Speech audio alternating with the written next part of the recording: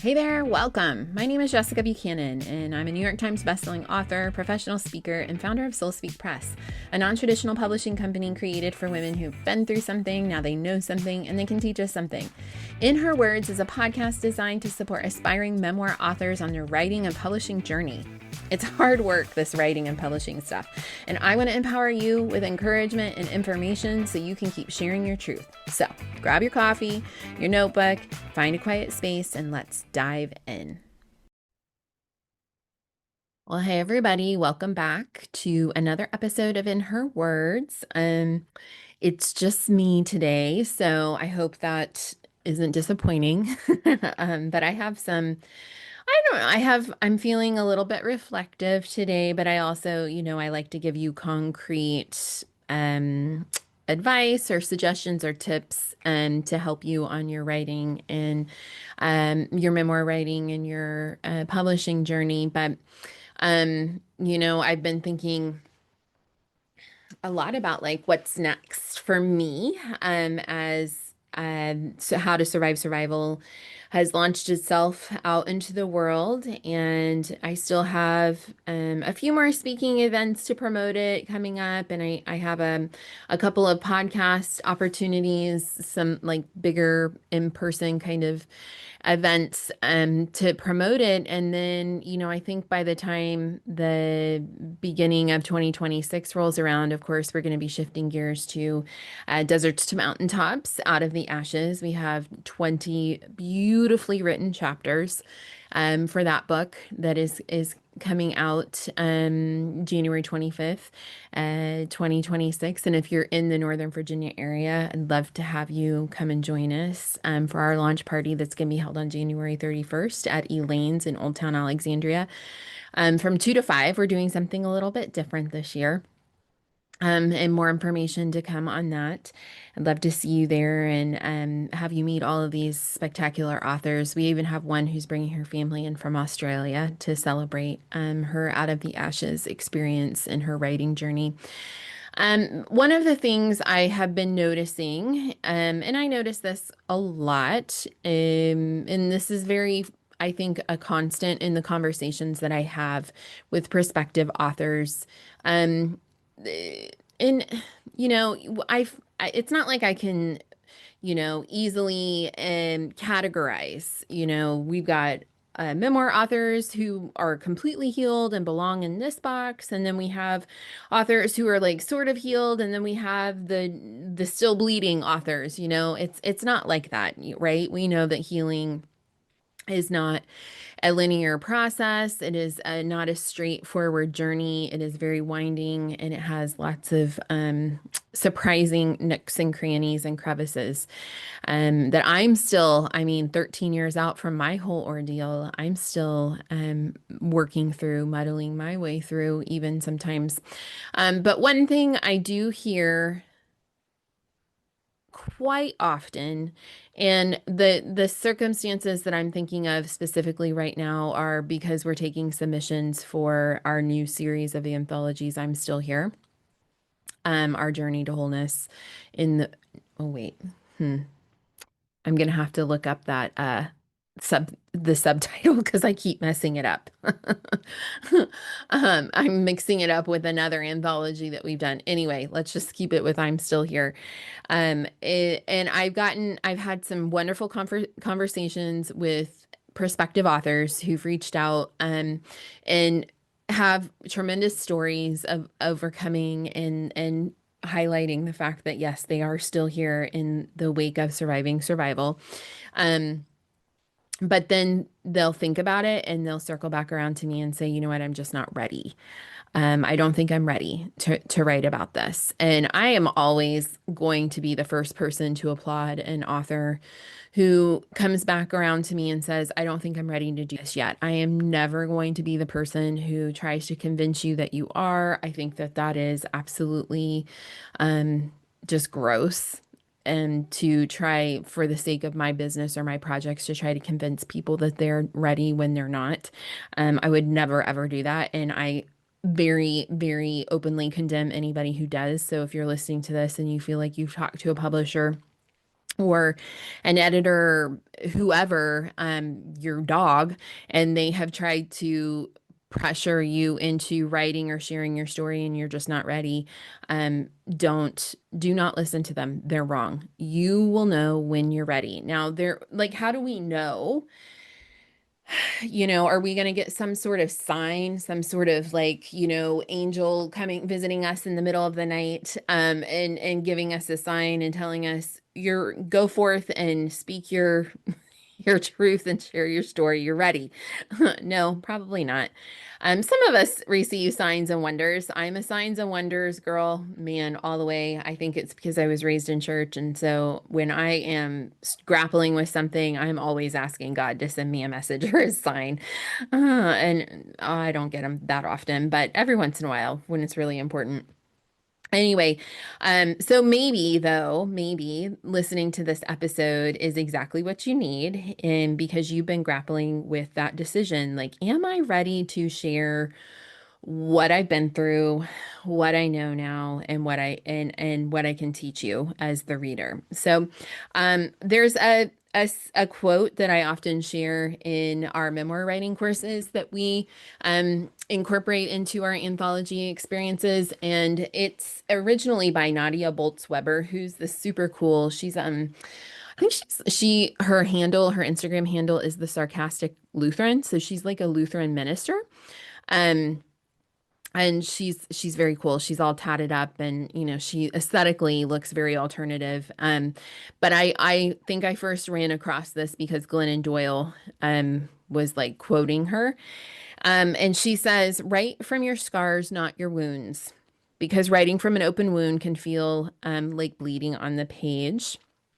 Raw, unfiltered, sometimes necessary for healing, but not yet ready to serve the reader." And so how do we know what's a wound and how do we know what's a scar? And I think that that is a very personal um, question to ask yourself, and probably something only you can answer.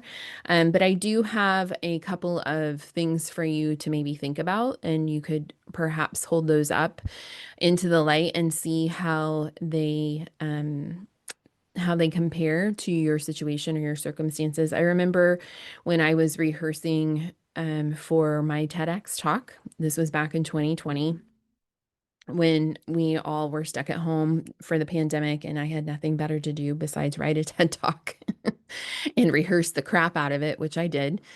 I nailed that sucker. And I was working with my TED coach, and we were kind of coming up against some, I don't know, like just a little, it felt like things were feeling a little flat, a little dead in terms of the content and how I was presenting them. And she had a friend who, I don't know, owed her a favor or something, who was very big in the public speaking world in New York City. She'd been in theater. She had a um, very high profile career, and she agreed to meet with me for like 15 minutes, and I gave her like a quick 7-minute clip sample of what I'd written and how I presented. And I still to this day, she gave me one of the best compliments I've ever been given when it comes to speaking or sharing my story. And she said, "I don't feel as like in the audience as an audience member that I have to take care of you." And that's really important when you are sharing your story. And so that's something that I try really hard to relay to any of our authors, those who are uh, contributing in our anthology experiences, and those who are writing their own memoir manifestos, however they come to us and however we're supporting them. It's really important that we, as the listener, as the reader, don't feel like we have to take care of you. Now, what is like how do I don't know how exactly to explain that and how to quantify that, but right? Like you've been somewhere where somebody's sharing a story, or you've seen something on social media, or you've been in church, or I don't know wherever it could be, and or you've read something on maybe Substack or Medium, and you're just like, ugh, like I don't get the impression that this person has completely worked through this. And so that gives us kind of like that gives us a baseline. So how can you tell the story without reliving it, which is a question I get all the time. Um, because I'm part of my profession and part of the way I make a living is by telling my story of impossible odds to big groups of people. And how do I go back into that place and visit it as opposed to live in it, without it doing undue stress or harm to me? Or how do I write about it? I'm starting to branch into writing about some things in my childhood. And how do I do that? How do I visit that without reliving it? When we write, we can revisit the memory without being pulled under by it. This is if you've gotten to this point where you can revisit the memory without being pulled under by it, then I think that you're probably at a place where you can start telling this story to a wider audience, whether it's through speaking or through writing. The emotions are still alive when I tell the story of impossible odds. If I write about it, the emotions are still very much there. Like I still get like a knot in the back of my throat, a lump in the back of my throat because the emotion is still there. When I talk about um the night I was taken and how I believed I was going to be executed, I can't talk about that without feeling like I'm probably going to start crying. But it doesn't hijack me. It doesn't take me over. It doesn't, I can't, it's not like an improbability or an impossibility that I'm going to be able to continue talking and telling the story or continue writing about it. Um, I think I still have a painful perspective around that trauma, but I don't live in the space of it's just painful. It's just too painful. I think if you can get to that point in whatever it is you've been through and you're feeling compelled to write about it or tell the story about it, then if you can come away from that memory with some perspective, even if it's painful, I think that that's a good sign that you're probably ready to talk about it or write about it in a bigger scope. So here's an idea for you. Try this test, okay? After writing a hard scene, if you can close your laptop, take a deep breath, and do some stretches or maybe go for a short walk and then make dinner, you're probably ready to write about it. If you need a week to recover because it's been so hard, it might still be too fresh. And I see both of these things, especially when we're working with the anthology authors, because they're coming in to write just a chapter. And I mean, some of our past anthology authors have shut down. Some of them have like quit or almost quit. They've had to go back to therapy. This is not for the faint of heart, but I think also it provides an opportunity to go in and do some continued work, some healing work that needs to be done, which I think is really important that perhaps they weren't aware of before they sat down and they started writing. So while you may not be ready to write about it and share in plenary, perhaps the outcome that you weren't like working toward is that you're moving forward in your healing journey, to get to that point where you can share in plenary, by working through whatever's still left that needs to be worked through. Does that make sense? I've been thinking a lot and talking about how the first draft you write is for you and for your healing journey. The second draft you write is probably for your editor or whoever you're working with, whatever support system you have. And then the third, fourth, fifth, sixth drafts are probably to be shared more widely. But that first draft, that first writing, that's the one where we gain that perspective and we move through that pain. And that first draft might have to be written time and time and time again. Does that make sense? Um, it it took me so long before I could get to the space and time where I could do what I do and talk about things the way I talk about them. Sometimes I think I probably over compartmentalize, and I will say I'm very tired when I get done speaking. But I also think a lot of that has to do with not just the content, not just the story that I'm sharing, but also just the surge in adrenaline that comes from, speaking in front of a group of like 800 people. Like there's a lot going on like physiologically when I do something like that. Um, I think that it's also like why it took me so long to write How to Survive Survival. If you listen to that 2 episodes ago, I think I kind of gave you my really heartfelt reflections on that whole process. And it's taken me so long to get to the point where I have perspective and not just living in a place of pain. And so I would also say, don't rush it. This is why memoir, like the strongest, most effective memoirs are usually like 20, 30 years post event, right? Again, because it's not about like what happened, it's about what you've learned, right? Those perspectives and those frameworks that you've developed.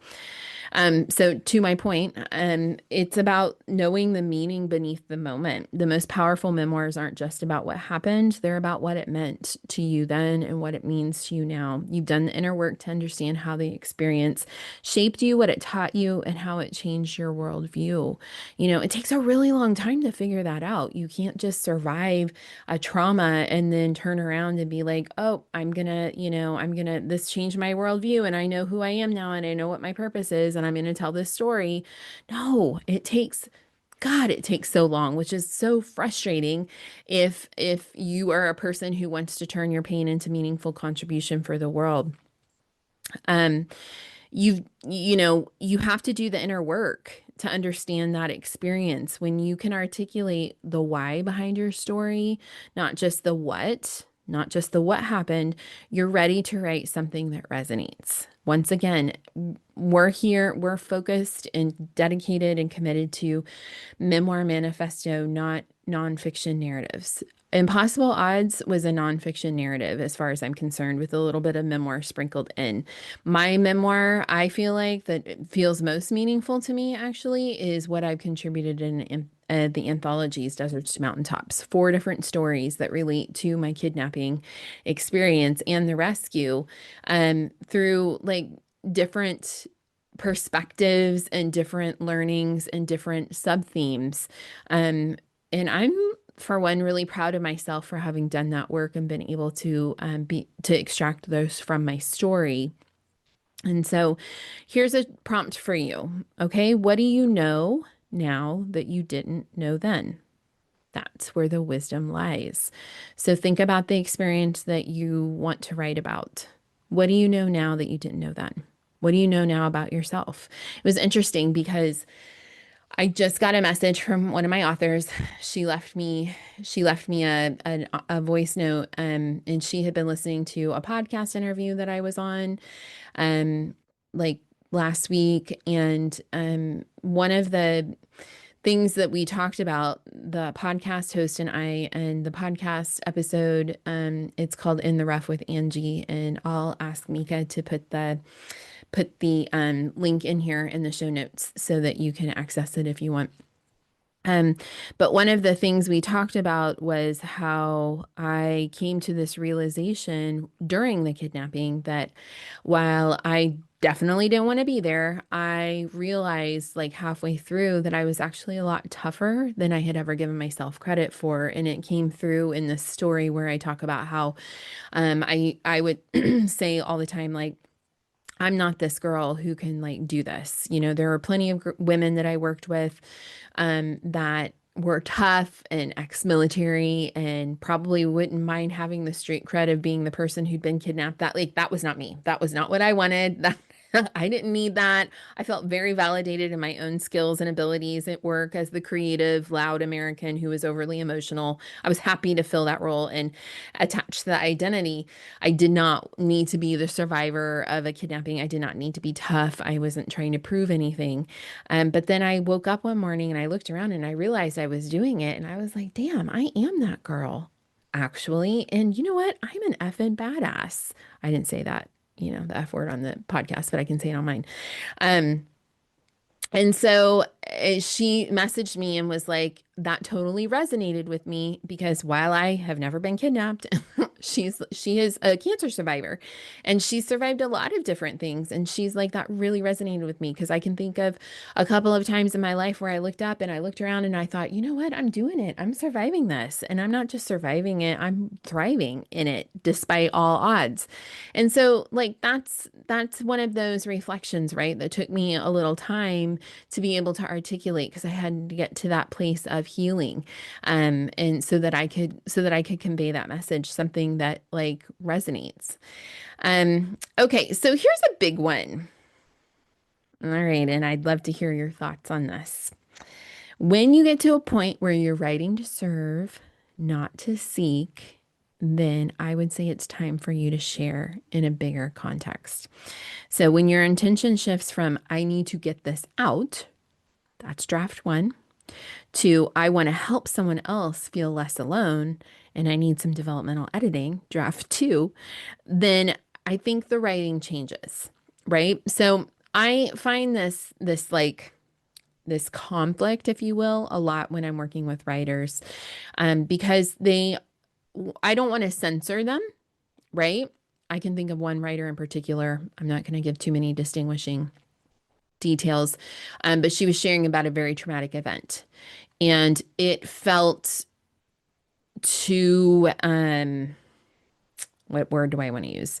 It felt too vulnerable. And I'm always going to encourage my writers to write from a place of vulnerability, but it was too much. And so, first of all, I came to her because I knew, she had a profession that she worked in. And I said, look, like as a professional, I think you should probably think through like how you want to write about this. And also, what she had submitted was her first draft. It was probably several drafts in, but emotionally, it was her first draft. And it was I need to get this out. I need to reclaim, like that kind of thing, which is awesome. Great. Totally support that. We can't publish that. That is not publishable. We have to, and it takes time to get from draft one. I need to get this out. I'm writing to seek wholeness. I'm writing to seek healing. I'm writing to seek feeling better as opposed to serving. I'm writing this because I need to I need to help someone. I feel compelled to share my story because if it only helps one person, that's enough. That's when your story stops being like therapy for you and it starts being art, right? You're able to like really pull out some beautiful sentences and wordsmith those when it becomes a bridge instead of a burden. I love alliteration, right? It's a bridge to understanding. It's a bridge to compassion. It's a bridge to healing. It's a bridge to empowerment. It's a bridge to whatever inspiration, as opposed to like this burden, this weight of like, this is what happened to me. Then you're probably ready to share in a publishing sense. When the wound has become that scar, it's still visible, it's still tender, but it's healed enough to hold weight. Okay, so I love this story, and I've shared this on social media before, but it's been a while. But my son, who is 13 now and literally almost as tall as me, he's 5'8 3/4. We just went for his well visit last week. I'm probably 5'10 and a half now. I used to be 5'11, but I'm getting old and I think I'm getting shorter. When he was starting, it was the summer before third grade. He's in seventh grade now. He was on a skateboard, much to my dismay. I think I was working. I remember I was recording a podcast episode for We Stop back in the day when I did that. And he doesn't know how to ride a skateboard. Anyway, he fell off and he broke his leg, essentially. And it was horrible. It was still like in the middle of the pandemic. I won't, my point is, he's an athlete. Even then in third grade, he was playing soccer. He plays like competitive soccer now. And we knew that this was going to like ruin the season for him. And he was disappointed. We were disappointed. And we were also worried about like what it meant to break his leg and how it was going to, how it was going to be in the future.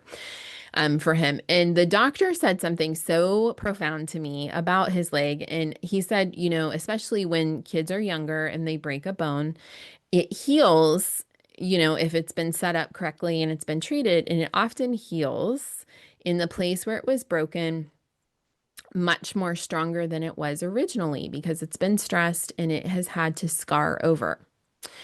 And I think about that sometimes in terms of like my own pain and my own wounds. And, there are lots of people make lots of illustrations around this, kintsugi, all of the things, right? But I always carry that with me in terms of thinking about like how strong those scars can be. And when we are speaking and writing and sharing our painful experiences from a place of our scarring as opposed to a gaping open wound, or even a wound that has just scabbed over, and every time we talk about it or write about it, we keep peeling it open so it's fresh and it hurts and it's painful and it can get infected. We can go 6 million different ways with this, but you get my point, right? Those wounds are strong, or the scars are strong because of the perspective and the time that it has taken to develop. And from a writing and speaking perspective, you really, really need to give your time, give yourself the time. It takes the time it's going to take, no more, no less, in order to process and to heal so that you have something meaningful to offer your reader or your listener. So, if you're wondering whether you're ready to write about it, ask yourself, can I tell it without reliving it? Do I know what it means? And am I writing to serve or am I writing to seek? Because when the answers are yes, your story isn't just ready, it's necessary.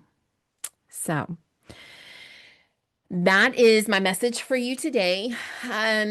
If you are listening to this and it resonated with you, if any of the episodes have resonated with you, I would love it if you could go to Apple Podcasts and leave us a 5-star review. That will just help, people get this information. My goal is to always teach through doing this to some extent. And I would love it if you could let us know what this means to you and if you've learned anything. On the other side, we have a couple of offerings still. We're taking submissions for I'm Still Here. It is starting to fill up. I wish I could remember what we've subtitled the book. It's about how the wake of becoming and surviving survival, something around that. But we're looking for stories of overcoming. And let's see what else we have on offer. Our writing retreat in Italy, which is going to be in September 2026. And it's only $3,500 all inclusive, except for your flights to Milan. That's transport, food, excursions, writing, coaching, all the things. We're super excited about it and we'd love to see you there. I'd love to spend some time with you in Italy. And then we do have 2 other anthologies that we're taking submissions for. I'm not the lead author for them. One is by Wendy Lynn, who is a past author for Soul Speak, and it's around plant medicine. So if you have had an experience with plants or plant medicine, something in the holistic arena, and you'd like to write about it, please reach out. And then the other one is by Ruth Hetland, who's also, she's written with us many times. She is leading an anthology on why we run. So she's looking for runners of different experiences who'd like to write about that. So just reach out, connect with us. Hello at Soul Speak Press. Follow us at Soul Speak Press on Instagram. I'd love to connect with you personally. You can connect with me on Instagram at Jessica C. Buchanan. And, at the end of the day, what matters is that you keep writing, whether you're on draft 1 or you're on draft 62. I just encourage you to keep writing, keep putting pen to paper, fingers on the keyboard, and getting out all of those emotions and all of the pain so that you can get to that place where you feel like you have some perspective, because the world needs your perspective, and we need you to heal so that we can learn how to heal from you. In Her Words is hosted by me, Jessica Buchanan, and is produced by Soul Speak Press, a non-traditional publishing house for women who are ready to tell their story. If you would like to know more about our submission process, I encourage you to check us out at www.soulspeakpress.com or follow us over on Instagram at Soul Speak Press. We appreciate all your questions, and if you would like to leave us a review, we would be so grateful.